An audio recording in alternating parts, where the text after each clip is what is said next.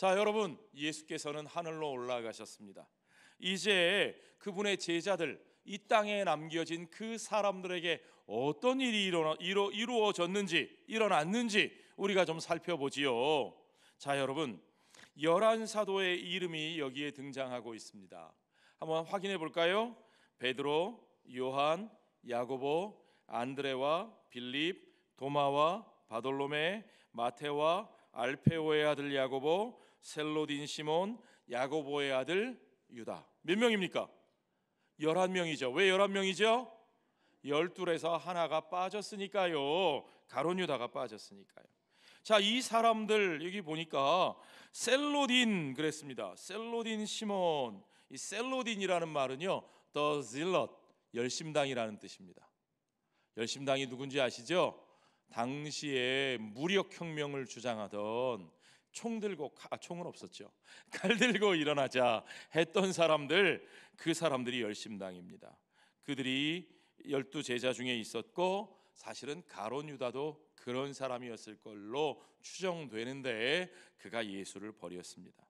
자, 그들 가운데 12제자들만 있는 것이 아니라 여자들과 예수의 어머니 마리아와 예수의 아우들도 함께 있었다고 되어 있습니다.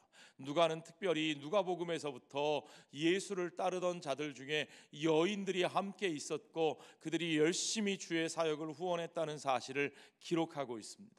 자, 우리가 이것이 중요하게 여겨야 하는 이유는 그 뒤에 그들이 성령 받고 나서 요엘 선지자의 예언을 확인할 때에 성령께서 남종과 여종과 노인과 젊은이와 그 모든 이들 가운데 임하셨다는 것을 선포하는데, 어쩌면 누가는 이것을 1장에서부터 암시로 12제자만 있는 것이 아니고 그들만 성령 받은 것이 아니고 그 여인들이 함께 있었고 여인들도 성령 받았고 여인들도 그 하나님 나라의 증인으로서 부르심을 받고 보내심을 받았다는 사실을 분명하게 증거하고 있는 거죠. 자, 여러분 보십시오. 그곳에는 주의 형제 야고보도 있었습니다. 이 야고보는 사도행전에서 중요한 인물입니다. 15장에 가면 예루살렘 공회가 나오는데 그때에 복음의 중요한 결정을 받아들이게 하는 큰 역할을 했던 예루살렘 교회의 지도자가 바로 이 야고보, 예수님의 육신의 동생 야고보였기 때문이죠. 자, 어쨌든 이러저러해서 이러저런 사람들이 얼마나 모였느냐? 15절에 보니까 모인 무리의 수가 약 120명이나 되더라. 생각해 보세요. 120명이나 되는 사람들이 다락방에 모였어요. 우리 교회 건물이 오래됐다고, 50년 넘었다고, 불편하다고, 의자도 딱딱하다고 막 그러시는데, 여러분, 다락방에 120명 모여 보십시오. 여기는 천국입니다. 얼마나 불편했겠어요? 그러나 그들은 그렇게 모여 있었습니다. 왜요? 모여서 그들이 해야 할 중요한 준비가 있었기 때문입니다. 그들이 모여서 한 일이 무엇인지 보시죠. 14절에 보니까 더불어 마음을 같이하여 오로지 무엇에 힘쓰더라? 기도에 힘쓰더라. 그들이 왜 이렇게 기도하는 데 힘썼을까요? 얼른 빨리 나가야 땅끝으로 갈 수 있을 텐데 왜 서두르지 않고 기도에 힘썼을까요? 사도행전 1장 4절부터 우리가 기억하기를 예수님께서 하늘로 올라가시면서 그들에게 당부하신 말씀이죠. 예루살렘을 떠나지 말고 내게서 들은 바 아버지께서 약속하신 것, 누구입니까? 약속하신 성령을 기다리라. 요한은 물로 세례를 베풀었으나 너희는 몇 날이 못 되어 성령으로 세례를 받으리라. 너희가 성령으로 세례를 받는 것이 중요하다. 왜요? 그들이 받은 사명은 그들의 욕심을 이루는 것이 아니고 그들의 뜻과 계획을 성취하는 것이 아니고 그것은 하나님의 선교의 사명에 그들이 동참하는 것이었기 때문입니다. 여러분, 그들이 받은 사명은 하나님의 선교에 동참하는 일입니다. 그 미션, 그 사명, 그 선교가 누구의 선교라고요? 그들의 선교이기 이전에, 교회의 선교이기 이전에 그것은 하나님의 선교입니다. The mission of God. 하나님께서 범죄하여 아버지 품을 떠난 그 잃어버린 영혼들을, 그들의 생명을 찾으시기 위하여 아버지께서 태초부터 계획하시고 이루어 가시는 바로 그 일, 아버지께서 창조하신 그 창조의 질서와 샬롬을 잃어버리고 망가져버린 이 세상을 회복시키기 위해서 아버지께서 그의 백성들을 통해서 이루시는 바로 그 하나님 나라의 역사, 그 회복의 역사, 그 되찾음의 역사, 그것이 바로 하나님의 선교고, 주님은 주의 백성들을 그 하나님의 선교에 동참하는 영광스럽고 복된 자리로 부르시고 그들을 그 일을 위하여 보내신 것을 여러분 믿으시기 바랍니다. 그러므로 여러분, 우리가 알아야 할 중요한 것은 이 일은 하나님의 선교고, 그리고 또한 중요한 것은 하나님의 선교는 하나님께서 이루어 내신다는 사실입니다. 여러분 반드시 이걸 아셔야 됩니다. 우리가 이 일에 동참하도록 부르심을 받았다고 해서 하나님의 능력이 부족해서, 우리가 필요해서 하나님께서 우리에게 손 내미신 거다, 그렇지 않습니다. 하나님은 오직 하나님의 능력과 하나님의 방법으로 그 일을 이루시는 분이신 것을 믿으시기 바랍니다. 그분이 신실하신 여호와, 스스로 있는 자 여호와 하나님이시죠. 그런데 왜 하나님은 우리를 부르셔서 우리가 증인이 되라고 말씀하십니까? 하나님께서 아브라함에게 처음 불러 그 일에 쓰셨던 것처럼 우리에게 주신 언약을 이루시고, 그 언약의 내용은 뭡니까? 온 열방 가운데서 복이 되게 하시려는 그 축복을, 그 언약을 이루시고 우리가 그 영광과 축복된 삶, 그런 존재로 살아가게 하시기 위해서 하나님께서 저와 여러분을 불러주신 것을 여러분 믿으시기 바랍니다. 그러므로 그 일에 쓰임 받는 것은 우리의 공로나 우리가 보상을 요구하는 대가가 되는 것이 아니라, 그것은 우리에게 감사와 찬양과 영광의 일인 것을 여러분 믿으시기 바랍니다. 그러므로 여러분, 성령 받지 않고 기도하지 않고 우리의 힘과 우리의 능력과 우리의 의욕과 우리의 결단으로 이 일이 이루어질 수 있느냐? 결코 그럴 수 없다는 사실을 여러분 아시지요? 그렇습니다. 또한 우리가 성령의 역사를 신뢰하면서 성령 받기를 구하면서 알아야 할 것은요, 이 성령의 역사는 절대적인 하나님의 주권 안에서 하나님께서 은혜로 부어주시는 것이지만, 그럼에도 불구하고 사도들은 그 성령을 기다릴 때에 마음을 같이하여 오로지 기도에 힘썼다는 사실입니다. 여러분, 그들이 아무 일도 하지 않고, 성령 받아야 하는 일이니까, 성령이 하시는 일이니까 우리는 그냥 가만히 있어도 돼, 그냥 저절로 되기를 바라지 않았습니다. 하나님의 은혜를 기다리는 일은 그저 아무 일도 하지 않고 손 놓고 있는 것이 아니라는 사실을 여러분 아시지요? 그래서 사도행전 2장 42절에 보면 그 다락방의 모습을 이렇게 묘사합니다. 그들이 사도의 가르침을 받아 서로 교제하고 떡을 떼며 오로지 뭐 하기에 힘썼다고요? 기도하기에 힘쓰니라. 자, 여러분, 저는 이것이 우리 교회 목장 모임의 모델이라고 믿습니다. 사도들의 가르침을 받아 말씀을 붙들고 서로 교제하며 떡을 떼며 오로지 기도하기에 힘쓰는 공동체. 여러분, 우리 교회에 이러한 목장 공동체가 여러분 수없이 많이 세워지고, 여러분들이 그 공동체 안에서 이와 같은 삶을 살며 성령의 인도하시는 삶을 누리고 있는 것을 저는 믿습니다. 자, 여러분, 성령의 역사는요, 그래서 기도하는 사람을 통해서 일어납니다. 성령은 기도하는 사람들을 쓰십니다. 기도하지 않는 사람들이 아무리 많이 모여 있어 봤자 여러분 거기서는 아무 일도 일어나지 않는다는 사실을 아셔야 됩니다. 제자들은 기도하면서 말씀을 묵상했고, 그리고 그 말씀이 깨달아지는 바를 실행에 옮겼습니다. 이게 중요해요. 그들이 기도한다고 그냥 덮어놓고 아비규환으로 소리만 지르면서 눈물 콧물 쏟으면서 그렇게 진 빼면서 정말 광적으로 기도만 했느냐, 밤새워가며 기도만 했느냐? 아니라는 거예요. 그들은 기도하며 말씀을 묵상했습니다. 그런데요, 여러분, 여기 보십시오. 15절과 16절을 보니까 그때에 베드로가 그 형제들 가운데서 일어서서 이르되, 형제들아, 성령이 다윗의 입을 통하여 예수 잡는 자들의 길잡이가 된 유다를 가리켜 미리 말씀하신 성경이 응하였으니. 어떻게 됐다고요? 미리 말씀하신 성경이 응하였으니. 여기서의 성경은 신약, 구약. 이제 아시죠? 구약 성경. 구약 성경에 미리 말씀하신 것이 이루어졌으니 마땅하도다. 자, 그들이 구약 성경을 묵상하는데 당연하죠. 그들에게는 구약 성경밖에 없었어요.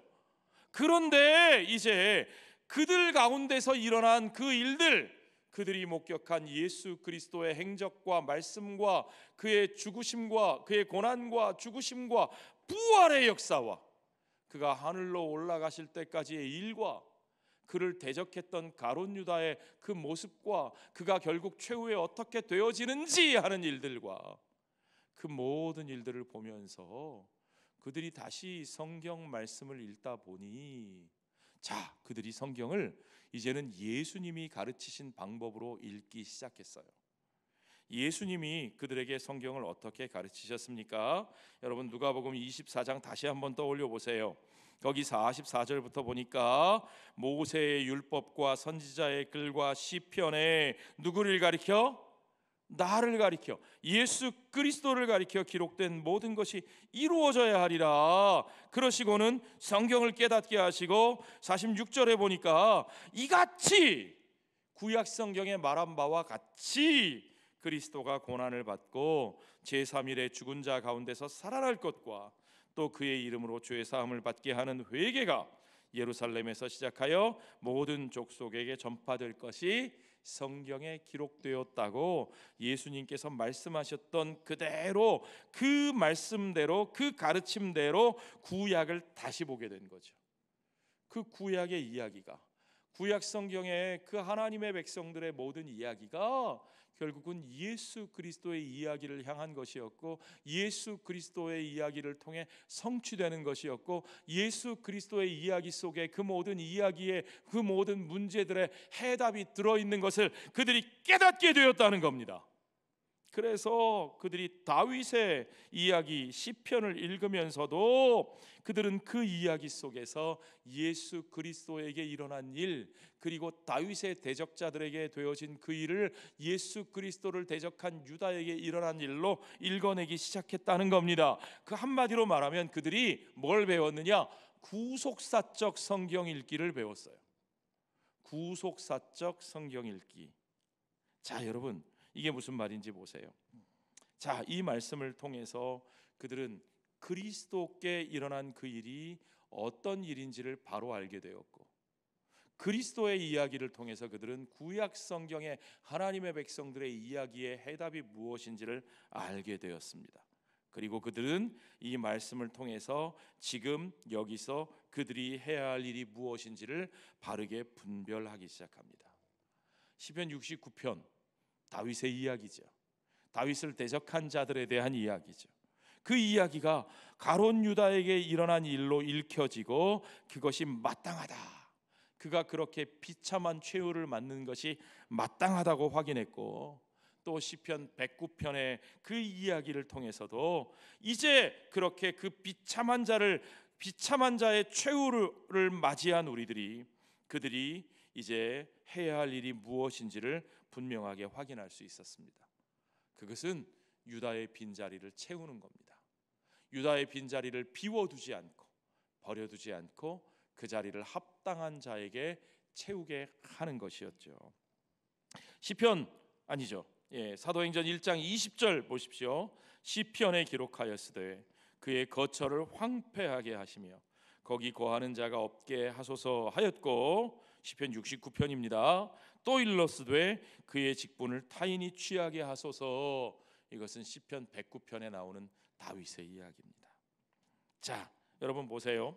비록 그들에게 아직 성령이 임하기 전이지만 그들은 기도와 말씀으로 이렇게 성령의 역사를 준비하고 있었습니다. 아무것도 하지 않으면서 그냥 성령의 역사를 기다린다고 여러분 핑계대지 마시고, 성령은 기도와 말씀으로 준비된 자들을 통해서 역사하시는 것을 여러분 믿으시기 바랍니다.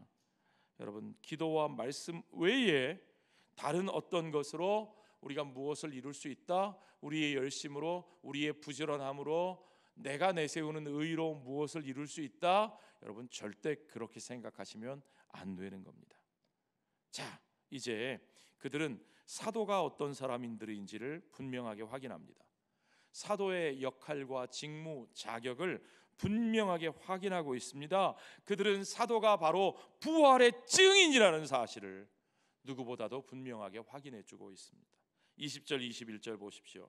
이러함으로 요한의 세례로부터 우리 가운데서 올려져 가신 날까지 주 예수께서 우리 가운데 출입하실 때에 항상 우리와 함께 다니던 사람 중에 하나를 세워 우리와 더불어 예수께서 부활하심을 증언할 사람이 되게 하여야 하리라. 여러분 보십시오. 요한의 세례로부터 우리 가운데 올려지신 날까지 그랬어요. 요한이 하나님 나라를 선포하고 회개의 세례를 베풀 때부터 예수께서 고난당하시고 죽으시고 부활하시고 그들 가운데 나타나셨다가 하늘로 올라가시는 그날까지의 이야기가 뭡니까? 그 모든 일을 통틀어 주님은 하나님 나라에 관한 일이라고 말씀하셨습니다. 바로 그 하나님 나라의 일을 다 함께 그 과정을 목격했던 사람들, 그래서 여러분 사도들의 직무와 사역은 바로 그 하나님 나라의 사역의 연장선에 있는 겁니다.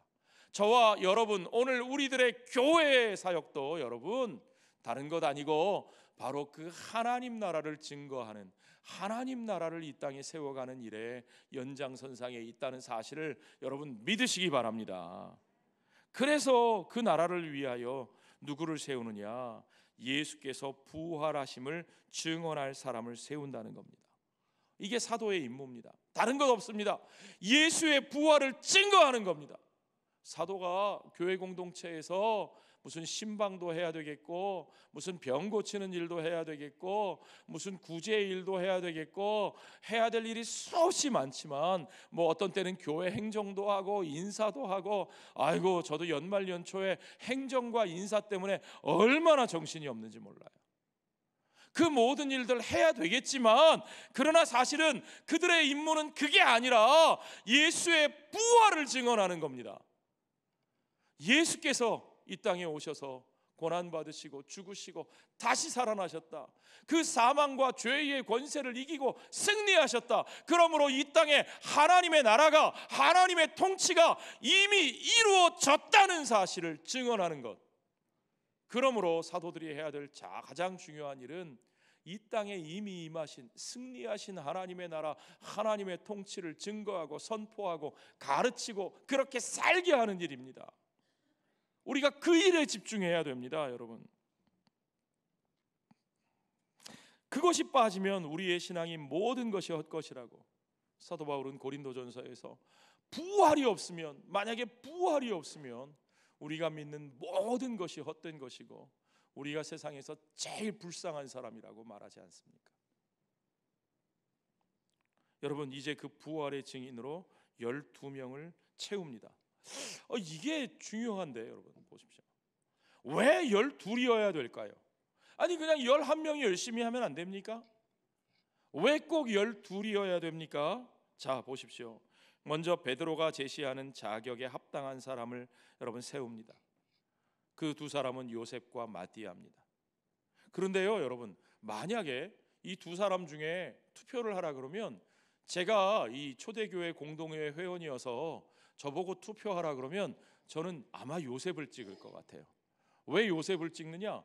요셉이라는 사람은 제가 보니까 일단은 문화적으로 교양 있는 사람이고 발이 넓은 사람이고 당시 세계인이었어요. 세계인, 글로벌한 사람이었어요. 왜요?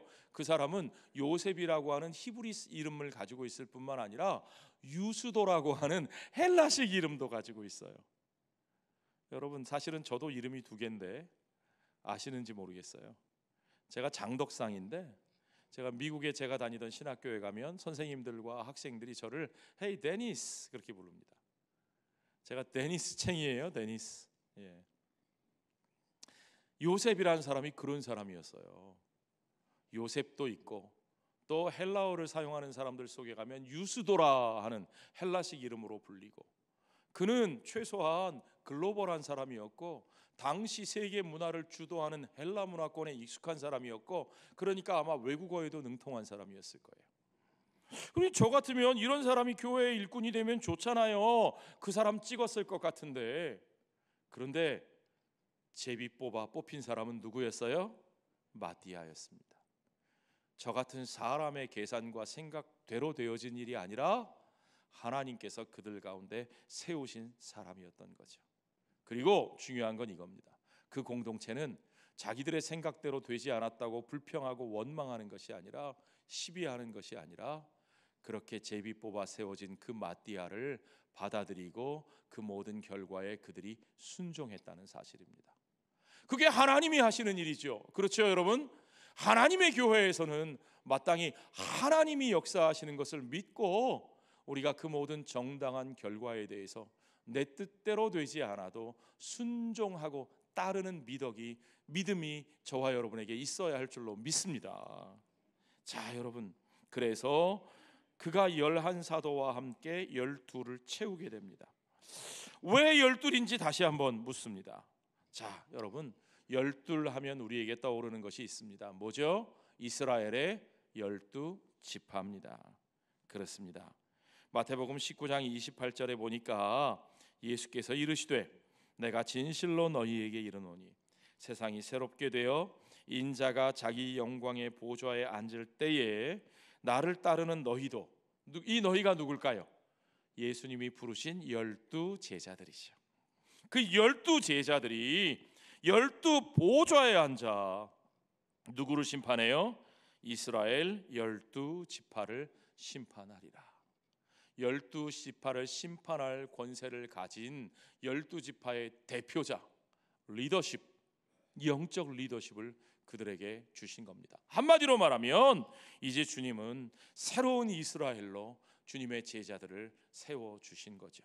그리고 그 새로운 이스라엘로 부르심을 받은 그 제자들을 주님은 예루살렘과 유대를 넘어 사마리아와 땅끝까지 온 열방으로 파송하셨다는 사실을 여러분 기억하시지요? 그렇습니다. 이것이 너무나 중요합니다. 여기서부터 우리가 알아야 될 중요한 사실이 요한계시록 7장에 나옵니다. 보세요. 요한계시록 7장 4절에 보면 내가 인침을 받은 자의 수를 들으니 이스라엘 자손의 각 지파 중에서 인침을 받은 자들이 얼마라고요? 14만 4천이라. 14만 4천? 나 저 얘기 들었는데 저거 신 뭐 땡땡 뭐 하는 데서 얘기하던데.